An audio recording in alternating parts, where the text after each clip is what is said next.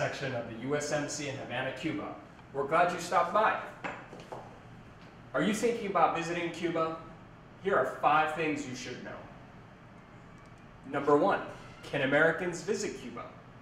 The short answer is yes. While tourism is still not permitted under the regulations, it is now easier for Americans to visit Cuba for other purposes. The Department of Treasury has defined 12 categories of authorized travel, which include family visits, journalistic activities, public performances, and support for the Cuban people. You can find out more about the 12 categories by visiting their website. Remember, if you're not sure which category you fall under, or if you have more questions about travel restrictions, you must contact the Department of Treasury in Washington, D.C. The Office of Foreign Assets Control administers and enforces these regulations.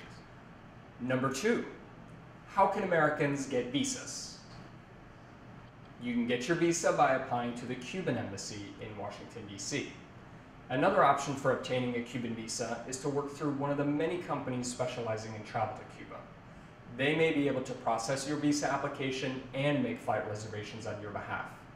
Remember to contact the Cuban Embassy in Washington, D.C. for any questions on Cuban visas. Number 3, how to get to Cuba. Commercial flights to Cuba have not yet resumed, although this will change in the near future. For the time being, you may need to rely on charter flights. Many times this requires contacting the charter companies directly for reservations. In some cases, you may be able to reserve flights online through third country airlines. The U.S. Embassy in Havana can't make reservations on your behalf.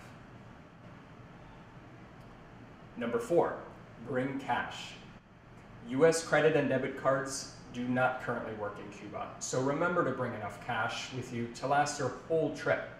U.S. dollars can be exchanged into Cuban convertible currency at the airport, hotels, or exchange houses. There is usually a 10% charge on exchanging U.S. dollars. Number 5, limited connectivity. Connectivity remains very limited in Cuba.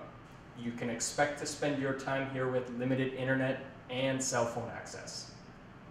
While some U.S. carriers have signed agreements with the Cuban telecom company, it's best to consult your U.S. provider on availability and rates.